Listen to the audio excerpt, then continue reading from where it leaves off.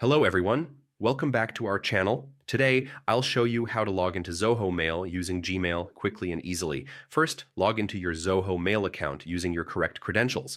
Next, click the settings icon at the top right of your dashboard.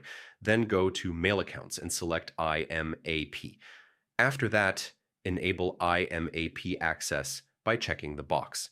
This allows Gmail to fetch your Zoho emails. Don't forget to click Save to apply the changes. Now, open your Gmail account and head to the Settings icon. Click See All Settings, then go to the Accounts and Import tab.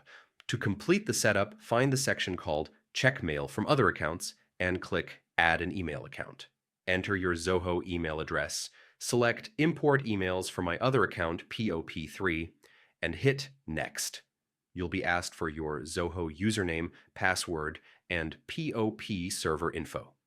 Gmail usually fills this in, but double check to be sure. Gmail will then send a confirmation code to your Zoho inbox. Grab that code and enter it back in Gmail to verify. And that's it.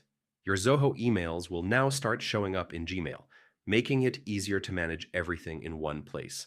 Thanks for watching. Don't forget to subscribe to our channel, and I'll see you in the next video.